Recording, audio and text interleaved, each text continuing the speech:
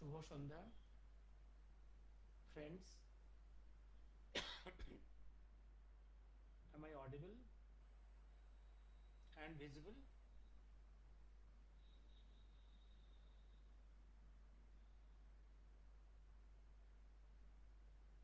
Am I audible and visible?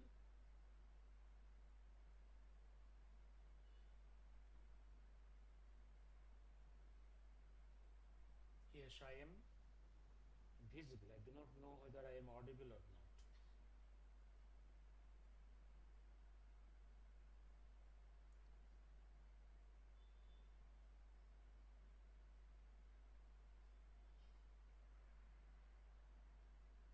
Am I audible?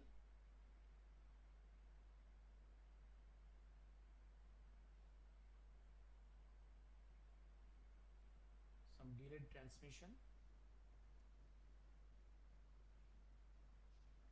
Anyway, let me start. আজকে please give note whether I am audible. I say I am visible, but I don't know whether I am audible. শুরু করছি। আজকের সাবজেক্টটা হচ্ছে কাশ্মীর। কাশ্মীর গতকাল যেভাবে রক্তাক্ত হয়েছে পাহেলগাঁও, ওই যেভাবে জাতি, সমগ্র জাতি উদ্বিগ্ন এবং উত্তেজিত, এই জন্যে কিছু কথা বলবো। কারণ কাশ্মীর ইস্যু আপনার পার্টিশনের সময় থেকে একটা গুরুত্বপূর্ণ ইস্যু, ভীষণ গুরুত্বপূর্ণ issue Kashmir issue. Kashmir issue আর আমার কাছে গুরুত্বপূর্ণ আরেকটা এক্সট্রা কারণে, সেটা হোক কারণ কাশ্মীরের সঙ্গে নেতাজি মিস্ট্রির একটা সম্পর্ক আছে। Some shadow of Netaji mystery there in Kashmir. এটা বারে বারে এভিডেন্ট হয়েছে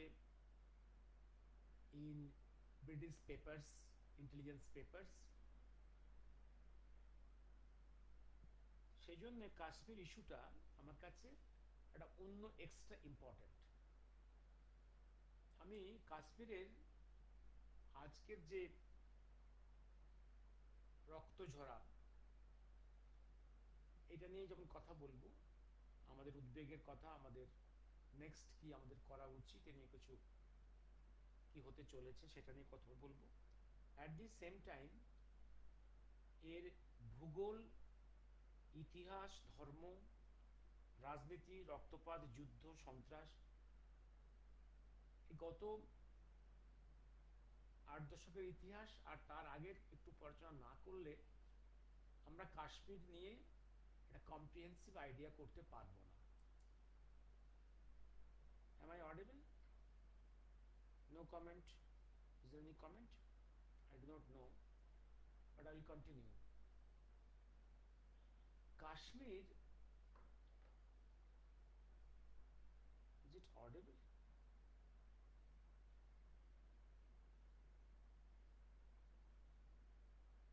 Is it audible?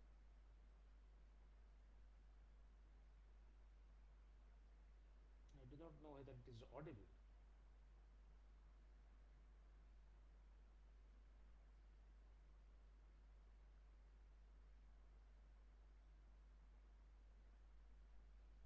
Let me continue.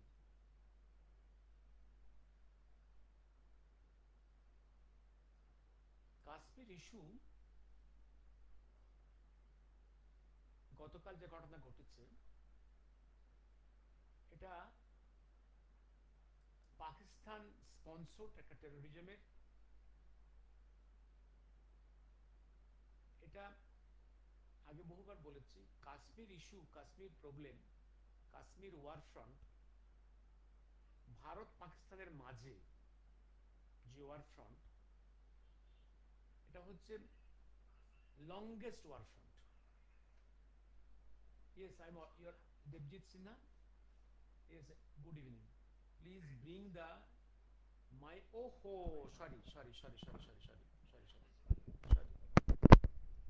Sorry, sorry, sorry, Jebjit. Sorry. I hope now I am audible.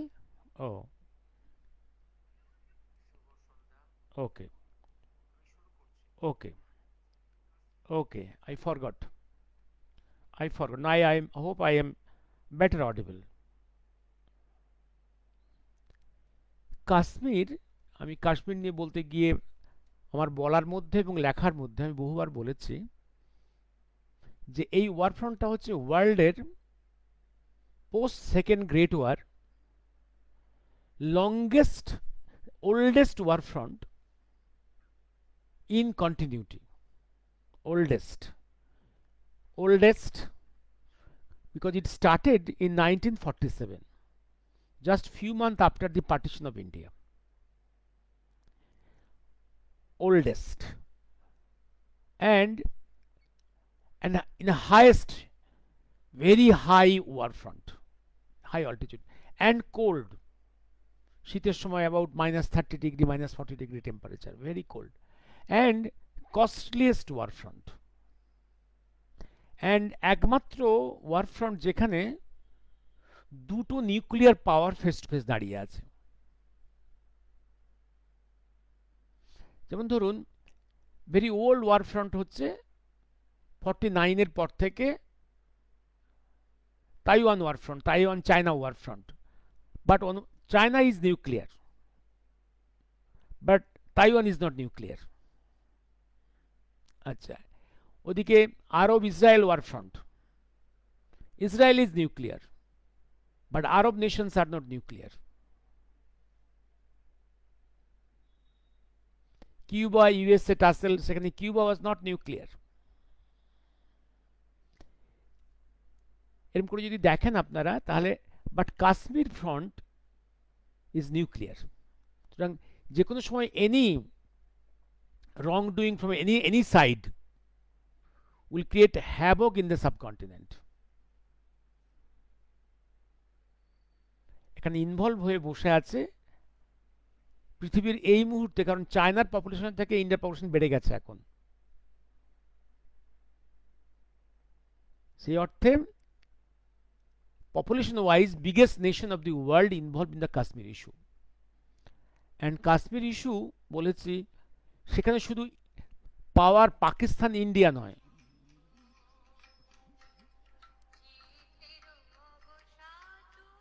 আমি 1 ঘন্টা পরে কথা বলবো।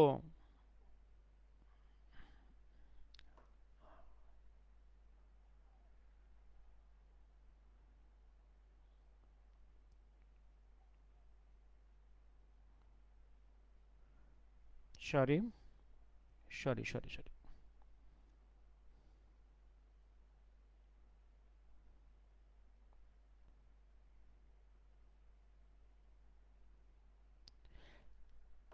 হ্যাঁ, যে পয়েন্টটা বলতে গেছিলাম, সরি, হ্যাঁ, এই ওয়ারফ্রন্টের গতকাল তো একটা ফ্লেয়ার আপ হয়েছে, কিন্তু এই ওয়ারফ্রন্টে জড়িয়ে আছে কারা? ইন্ডিয়া, পাকিস্তান, ইনিশিয়ালি জড়িয়েছিল কিন্তু ইউকে এবং ইউএসএ অ্যান্ড চায়না। অ্যান্ড যেহেতু পাকিস্তান মানে whole of the pan Islam, majority of the Muslim countries also involved. Their interest is there. UK, USA. এবং আমি এর আগের লেখাগুলোতে এবং বলাতে বহুবার বলেছি এই কাশ্মীর ইস্যুতে whole Vatican interested, whole Christian world is interested,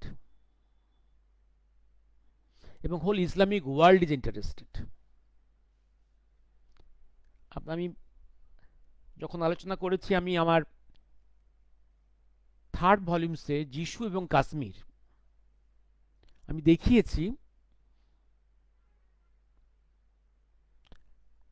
দেখিয়েছি, এই কাশ্মীর ব্যাপারে স্বয়ং মোহাম্মদ ওয়াজ ইন্টারেস্টেড। তারও আগে এই কাশ্মীর হচ্ছে সেই এরিয়া যেখানে যিশু তার জীবনের শেষ অংশ কাটিয়েছিলেন, এবং যিশুর বংশধররা ওখানে এখনো আছেন, but they are converted to Islam. এগুলো একটা ঐতিহাসিক দলিল। এগুলো যিশু, কারণ মহাকালের কথার মধ্যে এগুলো আছে বলেই এগুলো আমি এক্সপ্লোর করেছিলাম। যিশু তার whole education period 13 years, 17 years, from the age of 13 to age of 30 is in India, and last part when সেখানে ক্রুসিফাইড হয়ে গেল, তারপরে তার জীবন রক্ষা পেল, উনি ফিরে এলেন আবার তার ল্যান্ড অফ লার্নিংয়ে। গোটা ভারতবর্ষ ঘুরে বেরিয়েছেন বিভিন্ন রিলিজিয়াস প্লেসে, এবং দেশ জীবন কেটেছে যিশুর কাশ্মীরে।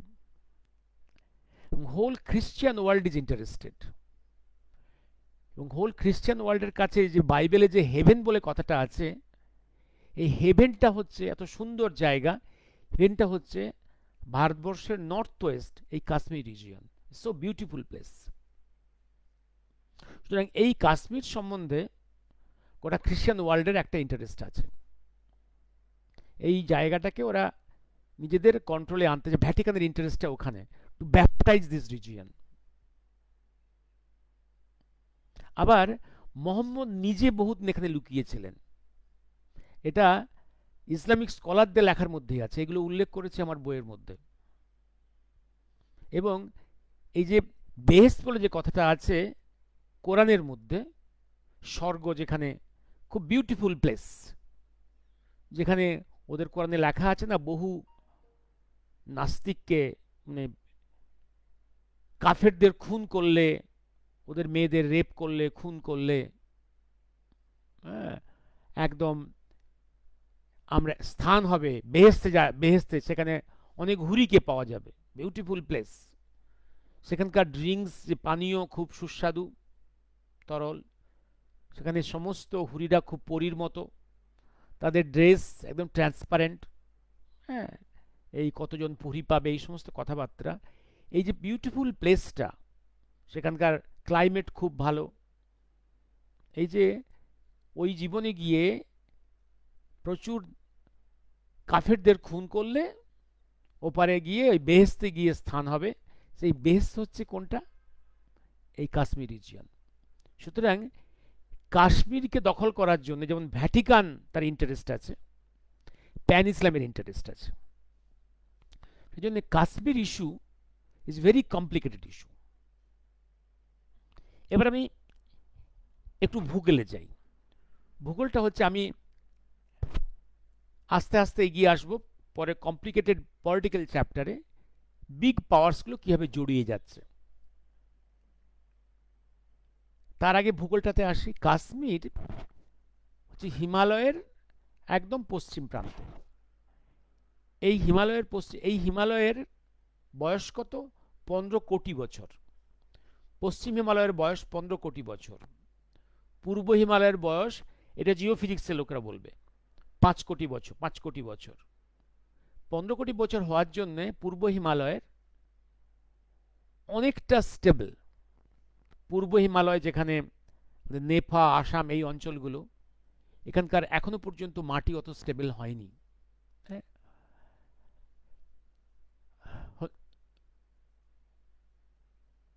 Sanchita, please go to my books and Jesus সম্বন্ধে কী কী বলেছেন, এবং মহাকাল, ওই মহানব আসে এবং মহাকাল কথন, এগুলোতে আর আমার লেখা বইগুলোতে গেলে আছে এগুলো।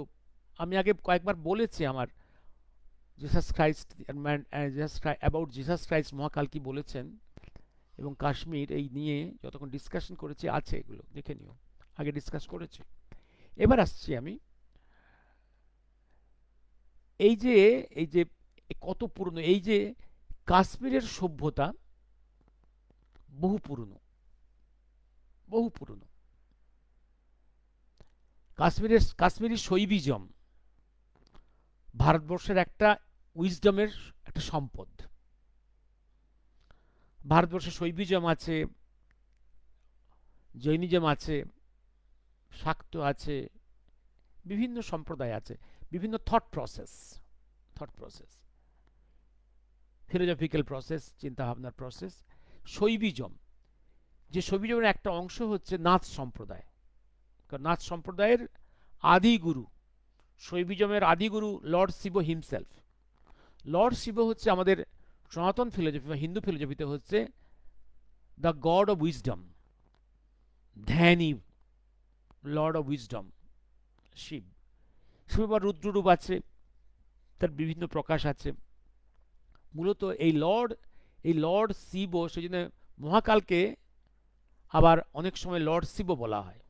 লর্ড শিব, যেমন জেনারেল ডেথ বলা হয়, লর্ড শিব বলা হয়। এই এই কাশ্মীরের শৈবীজম ভারতবর্ষের জ্ঞান ভাণ্ডারের একটা সম্পদ। এবার যদিও হিমালয়ের এই অংশটা, এর জিওফিজিক্সটা, physical is is a bit younger than the Deccan. Deccan means Dravid অঞ্চল। দ্রাবিড় কেন বলা হচ্ছে? দ্রাবিড় ইজ ত্রাবিড়, তিন দিকে জলবেষ্টিত, ত্রাবিড়, সেখান থেকে দ্রাবিড়। এই যে ল্যান্ডমাসটা older than the Himalayan and sub Himalayan region, hello, old mass. এবং এই কাশ্মীরেই একজন ঋষি ছিলেন, সেই ঋষির নাম কাশ্যপ। দেখবেন গোটা ভারতবর্ষের এই কাশ্যপ গোত্রের কোটি কোটি মানুষ আছে। কাশ্যপ গোত্রের, they are link to this Rishi Kashyap. ঋষি কাশ্যপের অ্যাজ পার দ্য লিটারেচার্স দুজন স্ত্রী ছিলেন, একজন ছিলেন কাশ্মীরে, একজন হিমাচলে। দু জায়গায় আশ্রম ছিল, তখন তো আশ্রম জীবন ছিল। আবার এই যে ঋষি কাশ্যপের একটা বড় আশ্রম ছিল ইন দ্য কাস্পিয়ান রিজিয়ন, এটা মহাকালের কথার মধ্যে আছে। এবং ঋষি কাশ্যপের নামেই কাস্পিয়ান সি, হ্যালো।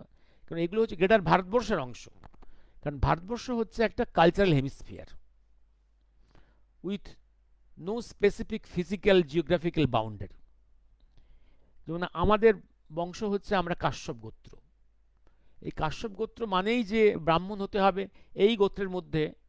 তখন এই যে প্রফেশনটা was not related to the dynasty, it was the ability related.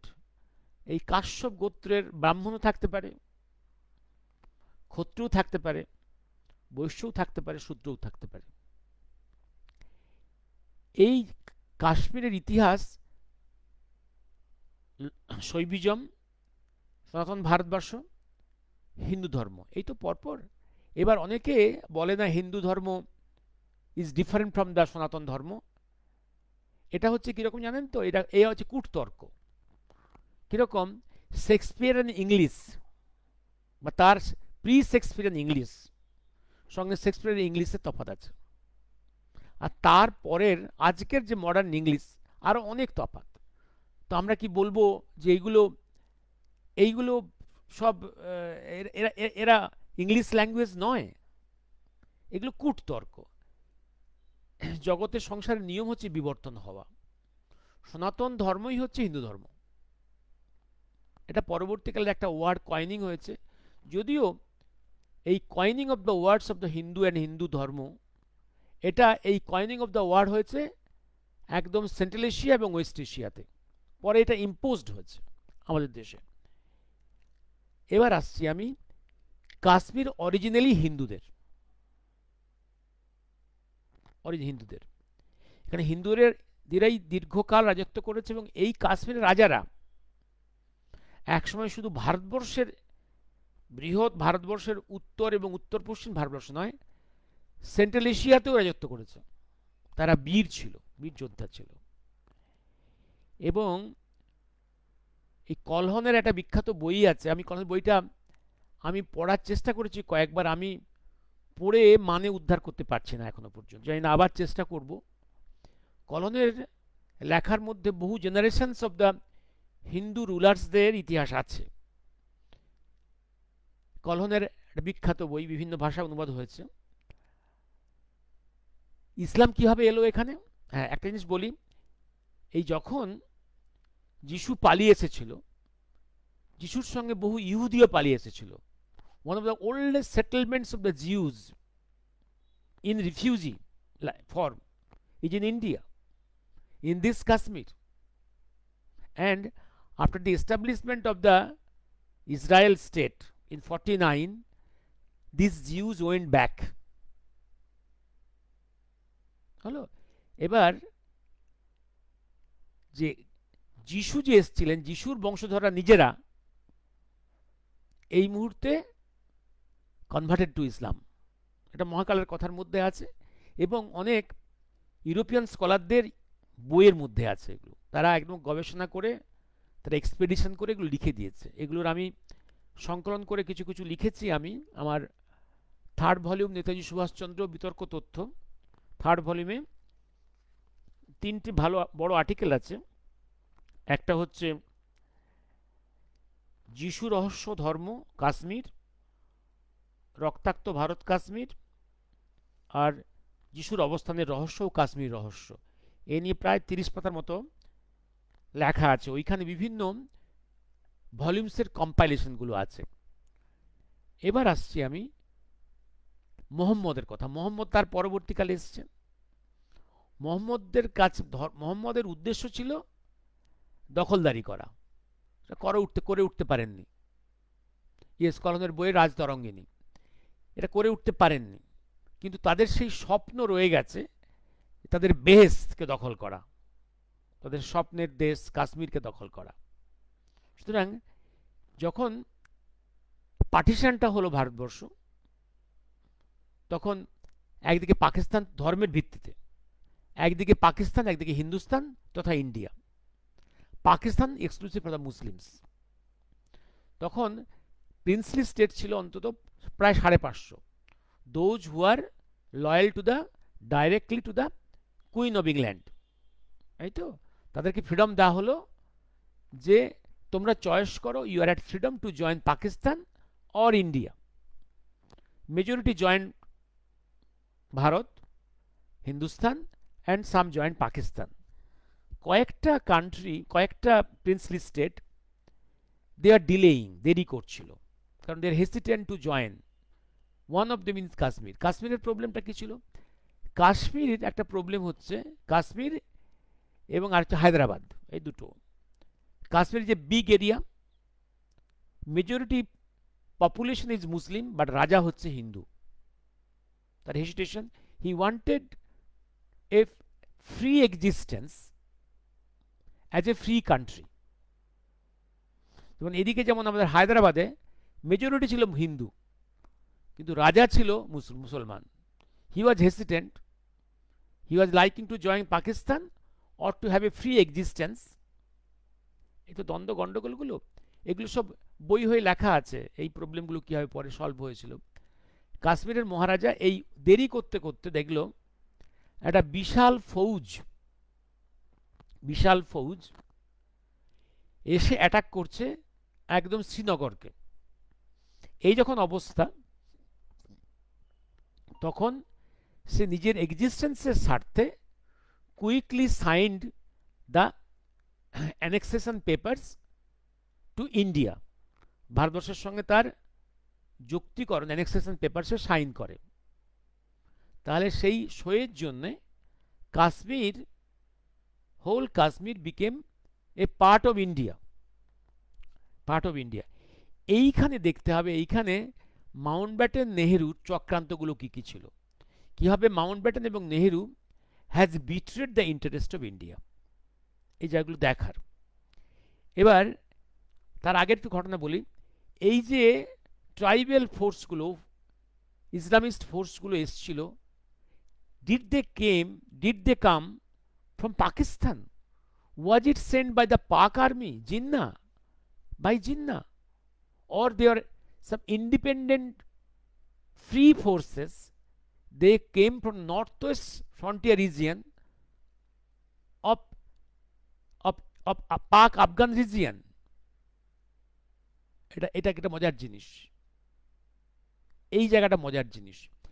এখনো পর্যন্ত যতগুলো তথ্য দলিল আমি সংগ্রহ করেছি এবং যেগুলো আমি ভলিউম 2 অফ মাই বিতর্ক, তো কারণ আমি একটা জিনিস বলেছি, মহাকাল রহস্যের সঙ্গে নেতাজি মিস্ট্রির সঙ্গে কাশ্মীর বারে বারে জড়িয়ে আছে, ছায়া আছে। আমি পরে আসছি কিভাবে ছায়াগুলো আছে এবং কেন আমাকে কাশ্মীর নিয়ে চিন্তা করতে হয়েছে বারে বারে। যেমন যিশু নিয়ে চিন্তা করেছি, মোহাম্মদ নিয়ে চিন্তা করেছি, কারণ ভগবানজির কথার মধ্যেই আছে, মহাকালের কথার মধ্যেই আছে। তাই I have to understand it from different angles. এবার আসছি আমি, এই যে ফোর্সটা ছিল, এই ফোর্সটা কোন ফোর্স? এই ফোর্সটা ছিল from the north west frontier Province region. এটা হচ্ছে আফগানি অরিজিন, এরা পাঞ্জাবি পাক অরিজিন নয়, পাক অরিজিন নয়, এরা ওয়েস্ট পাঞ্জাব ফোর্স নয়। এইখানেই হচ্ছে একটা রহস্য আছে এবং এরা যে ওয়েপন্সগুলো, যে few thousand tribal force north west frontier province এলো, tribal force, what were the weapons? Records কি বলছে? This weapons was not from Pakistan. Weapons ছিল, এই ওয়েপন্স ছিল গ্রেট ওয়ারের সময় এই এরিয়াতে, এই আফগান এই রিজিয়নে প্রচুর ওয়েপন্স ডাম্পিং হয়েছিল, রাশিয়ান ফোর্সেস, রাশিয়ান ওয়েপন্স। সেই তাদের ট্রাকস, তাদের গান, সেইগুলো নিয়েই তারা কাশ্মীর অবরোধ করতে এসেছিল, শ্রীনগরের দিকে এসেছিল। তাহলে ডিরেক্টলি পাকিস্তানকে ব্লেম করার জায়গা নেই। আর পাকিস্তান কীভাবে জড়িয়ে গেল পরে আসছি আমি। এই যখন Kashmir by this tribal force অবরুদ্ধ হয়েছে, এই যে ফোর্সের সঙ্গে আইএনের কিছু এক্স সোলজার্স, যাদের আদি বাড়ি এই চিত্রল গিলগিট এরিয়া, কাশ্মীর এরিয়াতে, দে জয়েন্ট দিস ফোর্স। এইখানে একটা বড় সাসপিশন। ওই সময় সোশ্যালিস্ট পত্রিকা 1947-এ কতগুলো আর্টিকেলস বেরিয়েছিল, এই আইএনের লোকেরা কেন এই ফোর্সের সঙ্গে যুক্ত হচ্ছে এবং why they are attacking Kashmir. এবং ওই সময় বলে রাখি, ওই সময় কাশ্মীরের এই রিজিয়নে যে ব্রিটিশ যুগের রেডিও স্টেশনটা ছিল, সেই রেডিও স্টেশনটা এরা দখল করেছিল, এই যে আইএনএ সোলজার্সরা দখল করেছিল। এর সঙ্গে একজন ছিল হাবিবুর রহমান, সেই বিখ্যাত ব্যক্তি হাবিবুর রহমান, যার নাম জড়িয়ে আছে নেতাজির সকল প্লেনকাসের সঙ্গে। এই রেডিও স্টেশন থেকে ওরা কয়েকবার একটা বিবৃতি দিয়েছিল। যেমন একটা বিবৃতির একটা খুব মিস্টেরিয়াস অংশ হচ্ছে, নেতাজি মারা যাননি এবং তারা কাশ্মীরটাকে মুক্ত করতে চায়। এবং যতটুকু বোঝা গেছে, কারণ যেহেতু আইএনএ সোলজার্সরা বুঝলো যে তাদের স্থান পাকিস্তানেও হবে না, তাদেরকে ভারতও নেবে না, সুতরাং let them have their independent place like Kashmir. এই একটা, সেই জন্য সেখানে নেতাজির এবং আইএনের নামটা জড়িয়ে গেছে। এবার আবার ব্রিটিশ ইন্টেলিজেন্স ফোর্স 1946, সেখানেও দেখা যাচ্ছে, সেখানে লেখা আছে যে Subhashchandra Bose wants to enter into Chitral Gilgit, enter into India. Subhashchandra Bose wants to enter into India via Chitral. British intelligence ফাইলসই নেতাজি মিস্ট্রির সঙ্গে যে কাশ্মীর জড়িয়ে আছে, এটা আমার কথা নয়, এটা ব্রিটিশ ইন্টেলিজেন্স ফাইলসেরই কথা। হলো। আবার এই সন্দেহকে আরও বাড়িয়ে দিয়েছে কে?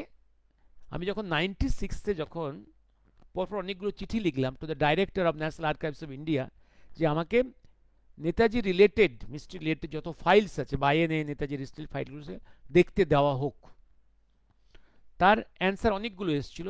একটা অ্যান্সার ছিল খুব সিগনিফিক্যান্ট। সেই সিগনিফিক্যান্ট কি?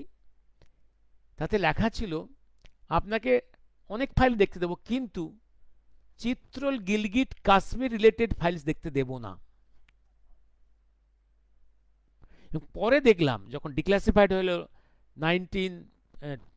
2016-এ, যখন PMO files related to Netaji mystery যখন ডিক্লাস, দেখা যাচ্ছে আমার সেই চিঠি through director general of national archives of India went to the PMO, prime minister of ইন্ডিয়ার অফিস পর্যন্ত গেছিল। সেইখান থেকে আমাকে কি উত্তর দেওয়া হয়েছে ড্রাফটিং হয়েছিল। Declassified files of the PMO, দেখবেন সেখানে আমার চিঠির বয়ানটা আছে এবং কি উত্তর দেওয়া হবে সেই বয়ানটাও আছে। অর্থাৎ director general of national archives of India আমাকে চিঠির উত্তর দিচ্ছে, দেওয়ার আগে he had to consult with the prime minister of India office. So significant the files are, and those files are yet to be declassified. এবার আসছি আমি, এবার কি খেলা হলো, এইখানে একটা মজার জিনিস আছে। জিনিসটা কি, একটা ভলিউম আছে, বিখ্যাত ভলিউম, এক British high officer constitutional position ছিল, যে হোল্ড করেছিল, mister Hodson. He was in a very high position of of constitution making British ইন্ডিয়ার। তার বিখ্যাত বই দ্য গ্রেট ডিভাইড, সেখানে একটা বিখ্যাত একটা চ্যাপ্টার আছে এই কাশ্মীর ইস্যু নিয়ে। এখানে উনি বলছেন, যখন এই দ্বন্দ্ব চলছে, মাউন্ট ব্যাটেন একদিন নেহরুকে ডেকে খিস্তি করলেন, একদম রিভিউ করলেন, যে তোমরা এইরকম মারামারি করছো কেন, তুমি আর জিন্না মারামারি করছো, হোয়াই ইউ আর।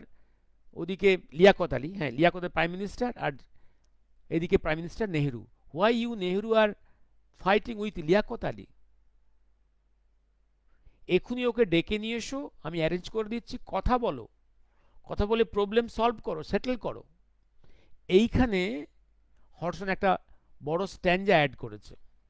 এই বইটা যদি পান দেখে নিন, নাহলে ওই স্ট্যান্ডাটা আমি আমার ভলিউম 2-তে আমি যেখানে কাশ্মীর নিয়ে ডিল করেছি সেখানে লিখে দিয়েছি। লিয়াকত এলো, লিয়াকতকেও খিস্তি করলেন না মাউন্ট ব্যাটেন, দেরি করছো কেন তোমরা, কথা বলো, কারণ তোমরা যদি এটা সেটেল না করো, this force which has come will conquer Srinagar, then it will turn to Delhi, সেখানে একটা টেরোরিস্ট গভর্নমেন্ট তৈরি করবে, সেই টেরোরিস্ট গভর্নমেন্টটা উইল টার্ন টুয়ার্ডস ইসলামাবাদ এবং তাকে দখল করবে। বোঝা গেল ভাষ্যর কি সিগনিফিকেন্ট বক্তব্য। This force will conquer Srinagar, then will turn towards Delhi. There a terrorist government will be established, and that force will turn towards Islamabad to conquer it. কি কি ভয়ঙ্কর বক্তব্য, বুঝতে পেরেছো? তাহলে কোথায় সন্দেহটা, কোন সেই ফোর্সটা? এবং তারপরেই লিয়াকত আলী এবং নেহেরু মিলে এটা কনভার্ট করে দিল একদম ইন্ডো পাক ওয়ারে, ইন্ডো পাক ওয়ারে। অ্যান্ড দ্য ট্রাইবেল ফোর্সের সেই ফোর্সটা তার যে রোলটা পর্দার পেছনে চলে গেল, পুরো ইন্ডো পাক ওয়ার হয়ে গেল একদম। একদিকে মুসলিম ফোর্স, পাকিস্তান মিনস হচ্ছে মুসলিম ফোর্স, আর ইন্ডিয়া মানে নন মুসলিম ফোর্স, এই তো হিন্দু শিখ ফোর্স। এই দ্বন্দ্বটাকে নেহেরু মাউন্ট ব্যাটেন চিরস্থায়ী করে দিল, চিরস্থায়ী করে দিল। তাই নয়, এই দ্বন্দ্বের সময়, কাশ্মীরের এই প্রবলেমের সময়, এই ওয়ার সিচুয়েশনের সময়, যতগুলো এই যেমন আজকে পিএম এর, আজকে যেমন সেন্ট্রাল ক্যাবিনেটের যখন এমার্জেন্সি ক্যাবিনেট বসলো, এখানে কে প্রিসাইড করেছে? Prime minister. Very emergency situation. Core committee, core committee, cabinet core committee, cabinet core committee যখন ডিসিশন নিচ্ছে, সেখানে চেয়ার করার কথা নাইদার প্রেসিডেন্ট, সে সময় not governor general, but prime minister will chair. But দেখবেন এই সময় কাশ্মীর রিলেটেড এই সময়ে যত সিরিয়াস মিটিংস হয়েছে of the cabinet, no cabinet meeting has been chaired by Nehru, all has been chaired by Mount Batten. অথচ Mount as governor general, honorary post, তার এই পাওয়ার ছিল না তার। কিন্তু নেহেরু তাকে, যে নেহেরু কি বলছে সেখানে, I do not know war, আমি যুদ্ধ জানি না, যুদ্ধকে ট্যাকেল করতে আমি জানি না, আপনি মাউন্ট ব্যাটেন আপনি চেয়ার করুন। এই সময় মাউন্ট ব্যাটেন যা কিছু নোংরামি করেছে, ভারতের সর্বনাশ করেছে অন কাশ্মীর, যা কিছু সর্বনাশ করেছে, এই Mount Batten with support from Nehru. এবং এই মাউন্ট ব্যাটেনের এই সিদ্ধান্ত ছিল কাশ্মীর যুদ্ধ থামিয়ে দেওয়া। আর্মি চেয়েছিল আর কয়েকদিন to conquer rest of the Kashmir, যেটা এখন পক হয়ে পড়ে আছে। আর 3 দিন হলেই ইন্ডিয়ান আর্মি আমাদের পক দখল করে নিত। নেহেরু মাউন্টব্যাটেনের অ্যাডভাইসে যুদ্ধ থামিয়ে দিল, পক হাতের বাইরে রয়ে গেল, এবং Nehru at the advice of Mountbatten took the Kashmir issue to UNO. দেশের এত বড় সর্বনাশ করে দিয়ে গেল এই স্কাউন্ড্রেল নেহেরু গান্ধী ডাইনেস্টি। এত কথা বলে, এই দীর্ঘস্থায়ী কাশ্মীর প্রবলেমের স্রষ্টা হচ্ছে নেহেরু, পকের স্রষ্টা নেহেরু, এই trouble maker, he is a trouble maker, বড় ক্ষতি করে দিয়ে গেল। এবং কাশ্মীর ফ্রন্টে আমরা যে পরিমাণ সৈন্য এবং সিভিলিয়ান আমরা হারিয়েছি, এত পরিমাণ পৃথিবীর ক্ষয়, পৃথিবীর অন্য অনেক অন্য কোথাও এত হয় না, দীর্ঘস্থায়ী ওয়ার ফ্রন্ট তো কোথাও নেই। দিস ইজ দ্য হায়েস্ট এবং হটেস্ট এবং কোল্ডেস্ট ওয়ার ফ্রন্ট। হটেস্ট কেন? কারণ সবসময় ফায়ারিং চলছে, এবং কস্টলিয়েস্ট এবং ভেরি ওল্ডেস্ট, এবং যেখানে দুটো nuclear power face to face. এবং এই সর্বনাশের প্রধান কারণ হচ্ছে স্কাউন্ড্রেল নেহেরু, স্কাউন্ড্রেল নেহেরু। এবার আমি এইগুলো ডিসকাস করেছি আমার ভলিউম 2-তে, লাস্ট এখানে কাশ্মীর নিয়ে কথা বলেছি আমি। এবার আসছি আমি আজকের সিচুয়েশনে। কাশ্মীর এই মুহূর্তে একটা অংশ কাশ্মীর চীন দখল করে বসে আছে, সেটা অ্যালাউ করে দিয়েছে পাকিস্তান। সেখানে কারাকোরাম হাইওয়ে তৈরি করেছে চীন। একটা অংশ দখল করে রেখেছে পাকিস্তান, পক, একটা আছে ইন্ডিয়ার মধ্যে। এই তো এই যে অবস্থার মধ্যে এই পাকিস্তান সলিউশন, এবং পাকিস্তানের যে 3টে বড় ফ্যামিলি, আবদুল্লাহ ফ্যামিলি, আর ওদিকে মুফতি মোহাম্মদের ফ্যামিলি, এই যে আরও কটা ফ্যামিলি আছে, এই ফ্যামিলিগুলো শুধু এই 8 দশক দিল্লি থেকে শুধু টাকা নিয়েছে, সেই টাকার একটা বড় অংশ নিজেরা খেয়েছে। মানে এই সব ফ্যামিলির সমস্ত, এই 3টে ডাইনেস্টির সমস্ত লোকেদের বিদেশে বাড়ি আছে, গাড়ি আছে, সমস্ত সম্পত্তি সেখানে স্ট্যাক করেছে এবং সম্পদটা লুট করেছে। রিয়েল হেলদি প্রসেস তারা কখনো অ্যালাউ করেনি, নিজেদের স্বার্থ। এবং এই কাশ্মীরেই এই আবদুল্লার সঙ্গে নেহেরু চক্রান্ত করে শ্যামাপ্রসাদকে খুন করেছিল। শ্যামাপ্রসাদ ভেবেছিলেন যে তাকে যখন জম্মু কাশ্মীরে ঢুকবেন, যখন ইন্ডিয়া ক্রস করেই বর্ডারেই তাকে আটকে দেওয়া হবে, তাকে এখানে অ্যারেস্ট করা হবে। তার সে ধারণা ভুল। তাকে কাশ্মীরের মধ্যে ঢুকিয়ে আইসোলেটেড প্লেসে বন্দি করে তাকে খুন করা হলো। এবং যখন ওখানে বন্দি আছেন শ্যামাপ্রসাদ মুখার্জি, নেহেরু কাশ্মীরে গিয়েছেন as a guest of Abdullah. তখন আবদুল্লাহ ওখানকার প্রাইম মিনিস্টার, তখন পিএম বলা হতো, সিএমকে পিএম বলা হতো। অ্যাজ গেস্ট হয়ে সেখানে কিছুদিন ছিলেন, অথচ নেহেরু শ্যামাপ্রসাদকে দেখতে যাননি। এবং সেখানে একদম নিজের মধ্যে কনস্পিরেসি করে, কারণ শ্যামাপ্রসাদ তখন enemy of Nehru, enemy of Abdullah, কারণ তার স্লোগান এক দেশ, এক ন্যাশনাল ফ্ল্যাগ, এক কনস্টিটিউশন। অথচ নেহেরুর, স্কাউন্ড্রেল নেহেরুর দেশদ্রোহিতার জন্য কাশ্মীর তখন এনজয় করছে separate constitution, separate national flag. এটা কিন্তু কখনোই 370 কখনোই কিন্তু আমাদের বেসিক যে প্রথম কনস্টিটিউশন যেটা ড্রাফটিং করেছিলেন আম্বেদকর, সেই ড্রাফটিং 370 ছিল না। 370 গান্ধী, নেহেরু, স্কাউন্ড্রেল নেহেরু এটা অ্যাড করিয়েছেন পরবর্তীকালে। এইভাবে কাশ্মীরকে একটা ভারতের অংশ অথচ অংশ নয়, 370 দেওয়া হলো, সেপারেট ফ্ল্যাগ দেওয়া হলো, সেপারেট কনস্টিটিউশন দেওয়া হলো, সব কিছু দিয়ে একটা আলাদা রাষ্ট্রের মতো বিহেভ করতে দেওয়া হলো। তার কারণটা হচ্ছে, প্র্যাকটিক্যালি একটা কথা বলি, ব্রিটিশ যখন চলে গেল, ভারতকে যখন 2 টুকরো করলো, 1 টুকরো 3 টুকরো করে দিয়ে গেল, 3টে টুকরোরই মালিক কিন্তু হলো মুসলিমরা। পাকিস্তান পেল জিন্না, মুসলিম, ডিক্লেয়ার্ড নন মুসলিম। দিল্লি ইন্ডিয়া পেল নেহেরু, একদম ক্যামোফ্লেজড, নামটা শুধু হিন্দু, তার ডিএনএ হচ্ছে মুসলিম, মুসলিম বংশের ছেলে, মুসলিম। আর কাশ্মীর সে পেল আবদুল্লাহ। আবার আবদুল্লাহ এবং নেহেরু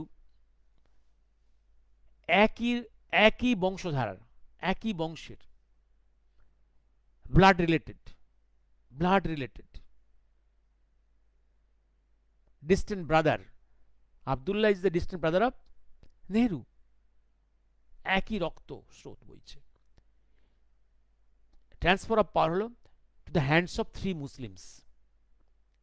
এবার তারপরে আরো বলি কাশ্মীর ইস্যু। কাশ্মীর ইস্যু বহু আগে সলভ হওয়ার কথা। পক should have been solve in 1971। পক যে সলভ হয়নি ইন্দিরা গান্ধীর জন্য, পক যে সলভ হয়নি ইন্দিরা গান্ধীর জন্য। যেদিন 71-এর যুদ্ধের শেষে, after the end of the Bangla liberation war, আমাদের হাতে বন্দি প্রায় 90,000 পাক সোলজার্স, এবং সেই পাক সোলজার্সরা বাংলাদেশে, দ্যাট ইস্ট পাকিস্তানে, প্রায় 40 লক্ষ মানুষকে খুন করেছে, মেজরিটি হিন্দুজ, মিলিয়ন্সকে রেপ করেছে। ইন্দিরা গান্ধী তারপরেও, ইন্দিরা গান্ধী এবং মুজিব তারপরেও কিন্তু ওয়ার ক্রাইমস ইস্যুতে তাদের পানিশমেন্ট দেয়নি, তাদের ট্রায়াল করেনি, ওয়ার ক্রাইম ট্রায়াল করেননি। তাদেরকে একদম জামাই আদরে প্রিজন সেলে রেখেছিল ভারতবর্ষে। ইন্দিরা গান্ধী তাদেরকে উইথাউট ট্রায়াল ছেড়ে দিল, এবং যে কমাস এখানে বন্দি ছিল তাদের মাইনে পর্যন্ত পৌঁছে দিল। অন দি কন্ট্রারি, সেই সুযোগটা ছিল যে আমরা এদের ছাড়বো না যদি আমাদের পক না রিলিজ করো। সেই বার্গেনিং করলেন না। এবং আমাদের যে প্রায় 23,000 মানুষ ভারতীয় পাক বিভিন্ন জেলে বন্দী হয়ে পচে মরছিল, তাদেরকেও তিনি বার্গেনিং করে ফিরে আনলেন না। আমি সেজন্য বলি, নেহেরু, ইন্দিরা গান্ধী পাকিস্তানকে বাঁচিয়ে দিল।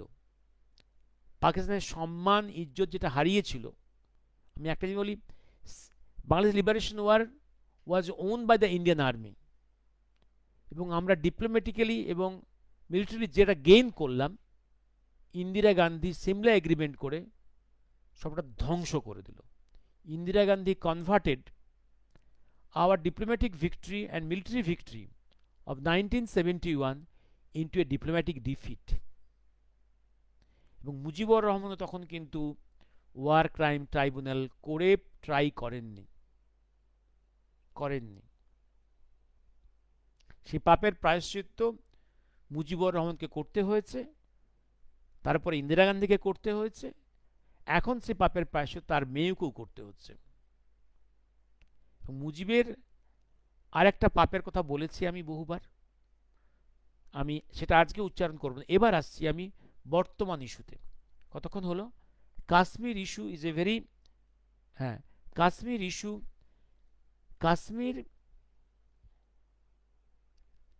কাশ্মীর ভারতবর্ষের একটা অংশ। এ নিয়ে এটা এবং একটা আমি হাইপোথেটিক্যালি বলছি, ধরুন অনেকে বলে এই যে কাশ্মীরটা দিয়ে দেওয়া হোক, ওখানে মেজরিটি মুসলিম।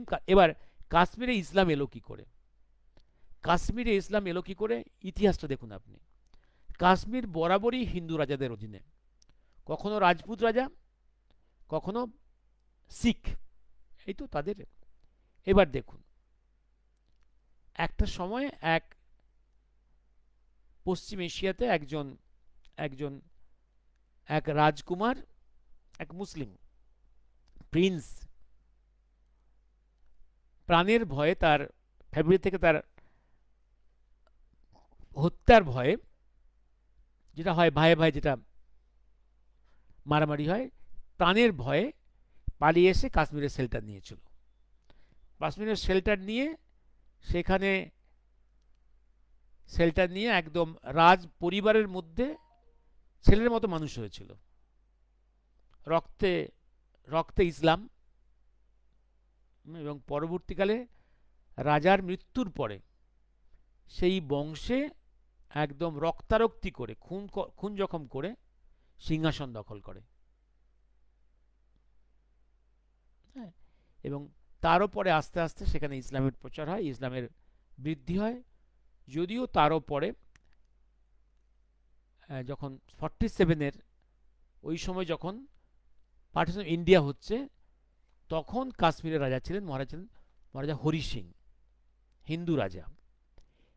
এনিওয়ে, কাশ্মীরে মোটামুটি হিন্দু ডোমিনেন্ট এরিয়ান, কারণ এরিয়াটা ছিল শৈবিজমের এরিয়া, কাশ্মীরি শৈবিজমের এরিয়া।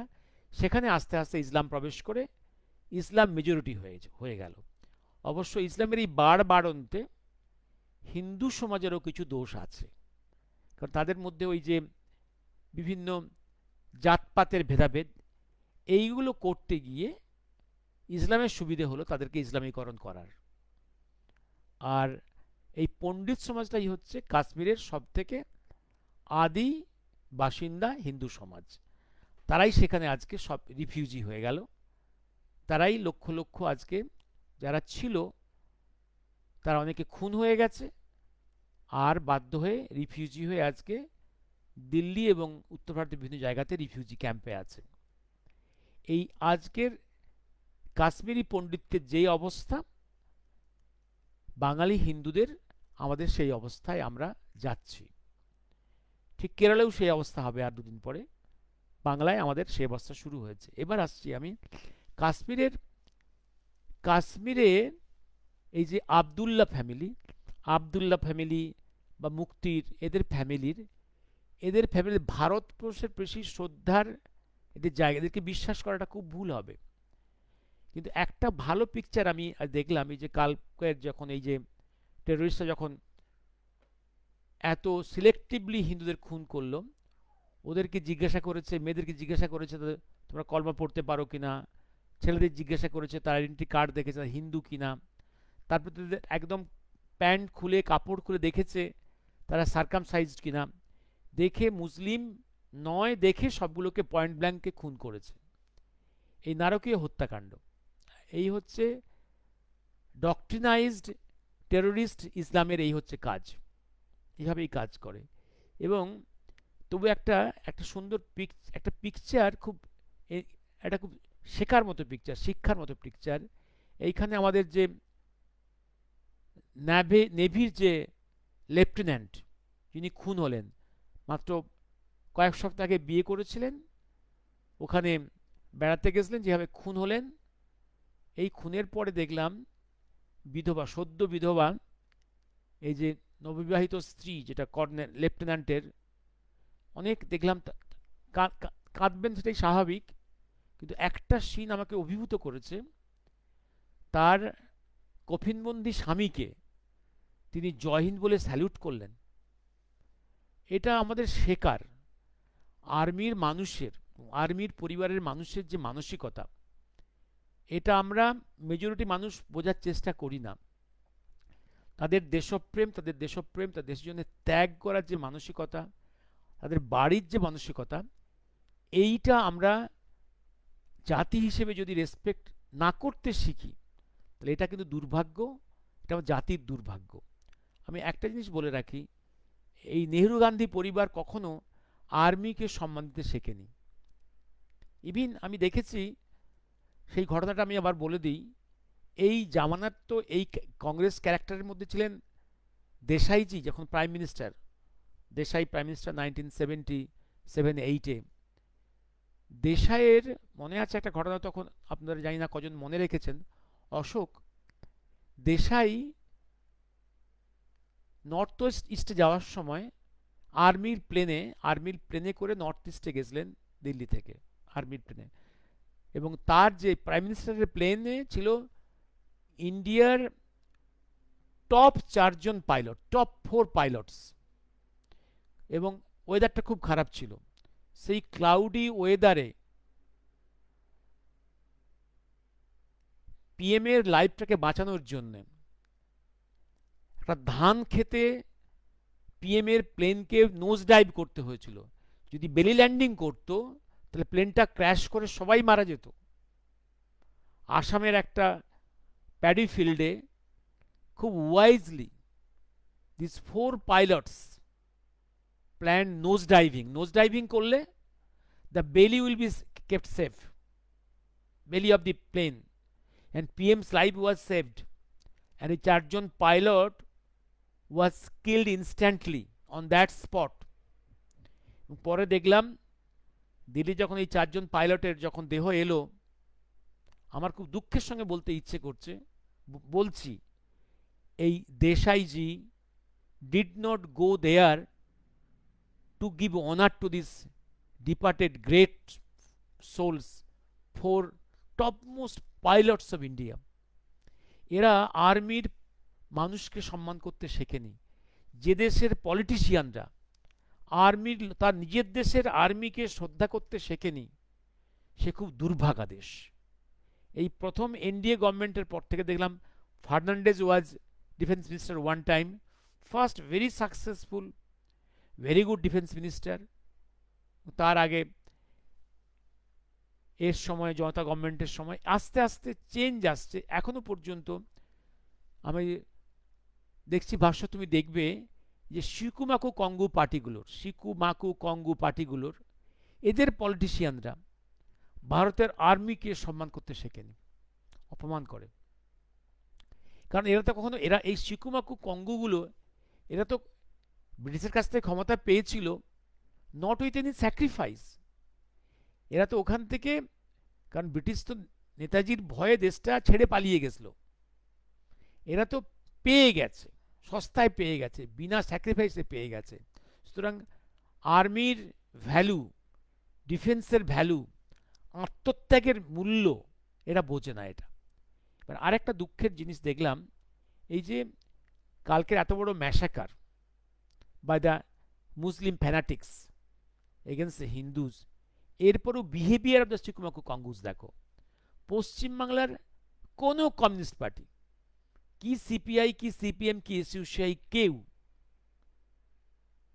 একটা কোনো একটা জাতির হয়ে একটা কথা নেই। উল্টে দে আর ব্লেমিং দ্য বিজেপি। কি বিজেপি নাকি ভারতবর্ষে হিন্দুত্ব চালাচ্ছে বলেই মুসলিমস গ্রুপটা ক্ষুব্ধ হয়েছে, তাই ক্ষুব্ধ হয়ে তারা এই অ্যাকশনটা নিয়েছে। And this communists are justifying this terrorist activity of the doctrinized jihadist in Pahalgam. ঠিক সেম ল্যাঙ্গুয়েজে কথা বলেছে দেখুন ভাদ্রা। এই যে ড্রাগখোর, এই যে রাহুল, ড্রাগখোর রাহুল, কোনো কথা নেই। ড্রাগখোর রাহুল তো বলে India is not a nation, India is not a nation. এত বড় ট্রেটর এটা, ট্রেটর এটা।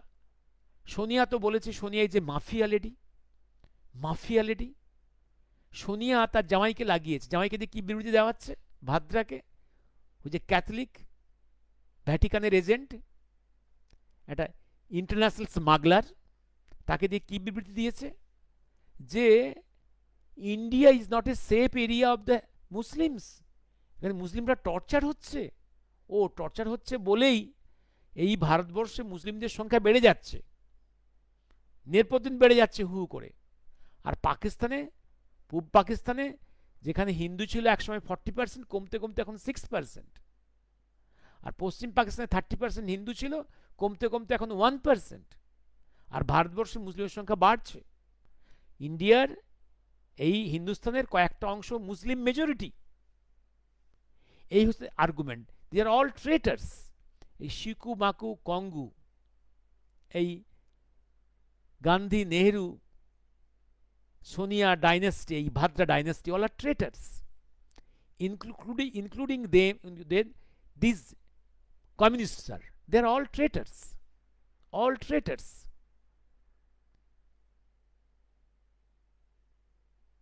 এরা ব্লেম করছে হিন্দুরা এবং বিজেপি নাকি মুসলিম বিদ্বেষী, মুসলিম বিদ্বেষী, তাই ক্ষুব্ধ হয়ে অ্যাকশনটা নিয়েছে মুসলিম ফান্ডামেন্টালিস্টরা in Pahalgaon.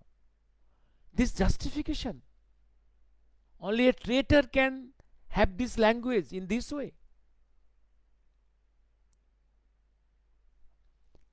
Yesterday midnight, army searching Park Circus area and arrest many people and rescue arms.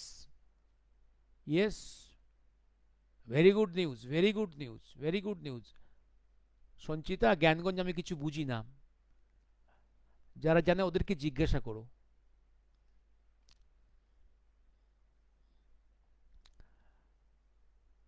তা ভাবছিলাম যদি ভারত পাকিস্তানের স্থিতি থাকতো, পাকিস্তানের অবস্থান ভারতের স্থিতিতে থাকতো তাহলে কি হতো।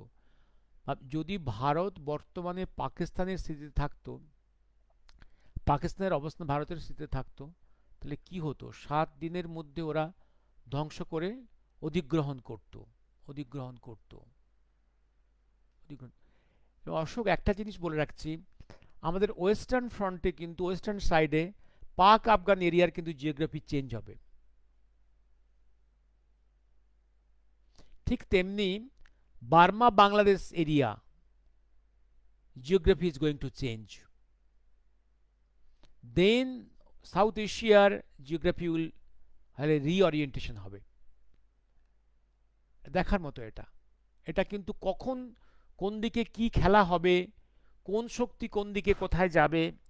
অলরেডি বাংলাদেশ বে অফ বেঙ্গল জোনে already China, America, Pak army, Indian army and Russian army position নিয়ে নিয়েছে।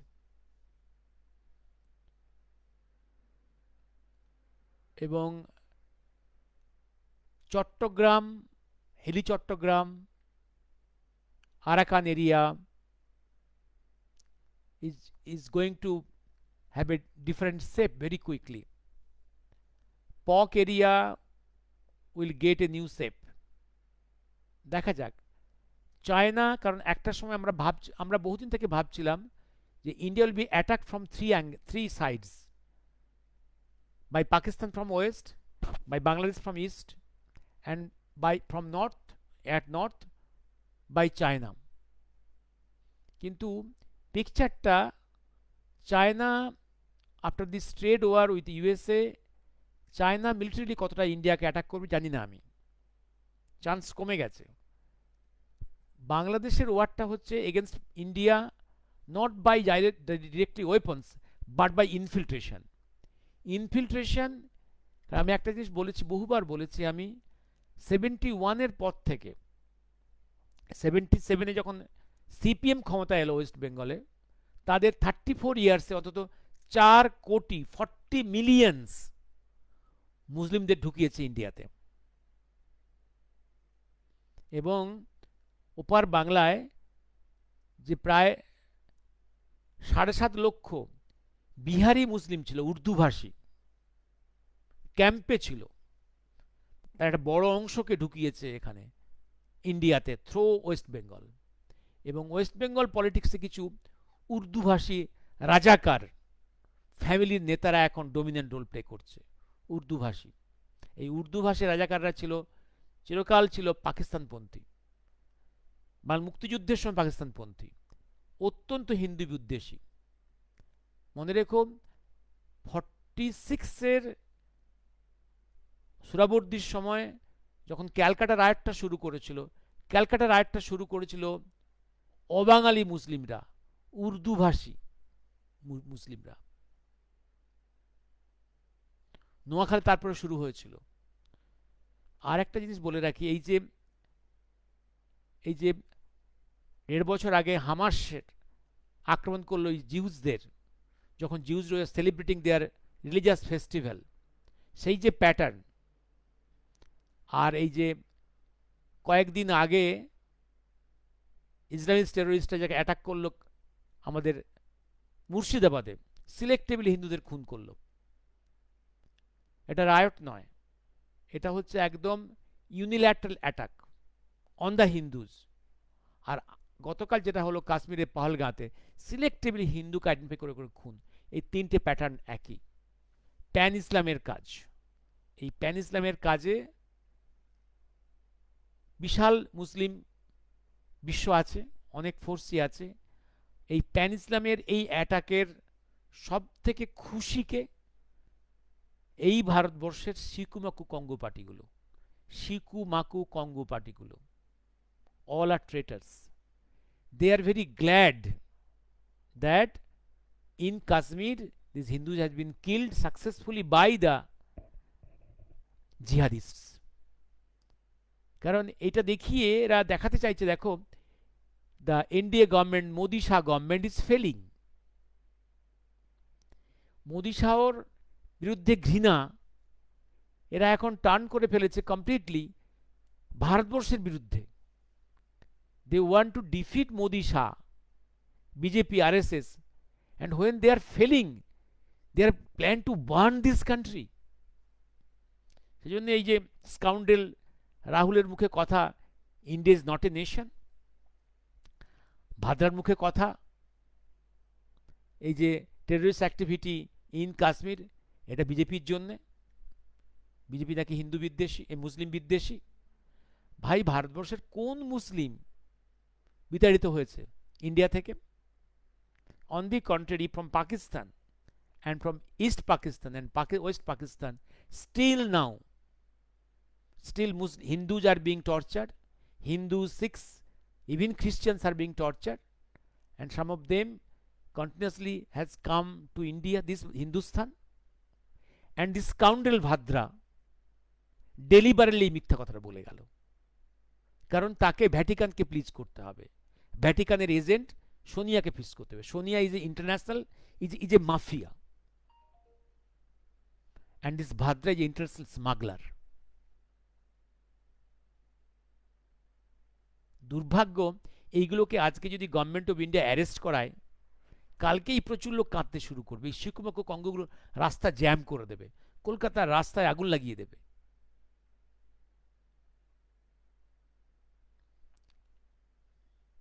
হ্যাঁ, আচ্ছা সঞ্চিতা, তুমি জ্ঞানগঞ্জ নিয়ে বুঝে কি করবে? What will you do? What will you do?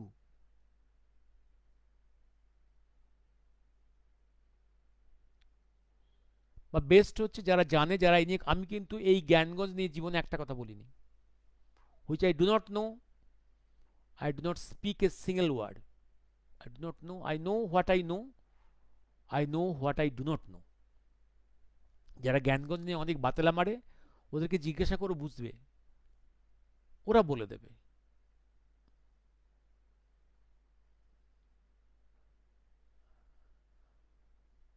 এই জ্ঞানগঞ্জ নিয়ে একটা মিটিংয়ে মনে আছে এক ব্যক্তি আমাকে উঠে প্রশ্ন করেছিল, স্যার আপনি, ভগবানজি তো এখন জ্ঞানগঞ্জে আছেন, মহাকাল তো জ্ঞানগঞ্জে আছেন, কিছু বলুন।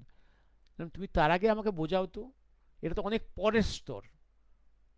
নেতাজি যে প্লেন ক্র্যাশে মারা যায়নি, তুমি কি করে বুঝেছো বোঝাও তো আমাকে, তুমি কি করে বুঝেছো বোঝাও তো আমাকে। আমি খুব অজ্ঞ মানুষ, আমি বুঝি না কিছু, তুমি আমাকে বোঝাও, আমি বুঝি না, তুমি আমাকে বোঝাও তুমি কি করে বুঝেছো। ব্যাস, একদম বাল্ব ফিউজ করে গেল, বেলুন ফিউজ করে গেল। তুমি কি করে বুঝেছো নেতাজি প্লেন ক্র্যাশে 45 মারা যাননি, এটা বোঝাও।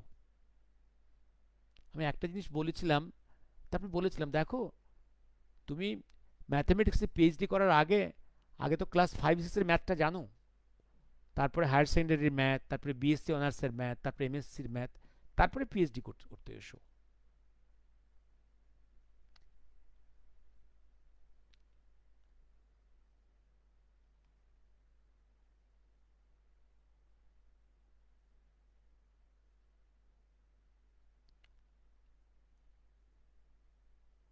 সঞ্চিতা, মহাকাল জ্ঞানগঞ্জ নিয়ে কিছু বলেছেন, তুমি কোথা থেকে জানলে? আমার জানা নেই।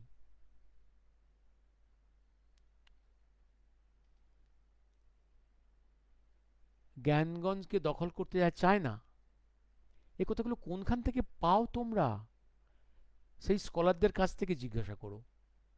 কলনের বইয়ের নাম রাজতরঙ্গিনী, কাশ্যপ গোত্র, লেট মি স্টেপ।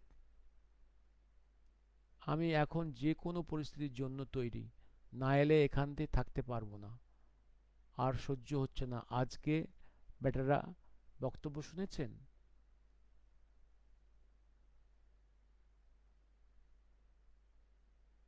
আর সহ্য হচ্ছে না। আজকে বাটরার বক্তব্য, yes, Robert Bhadra, international smuggler.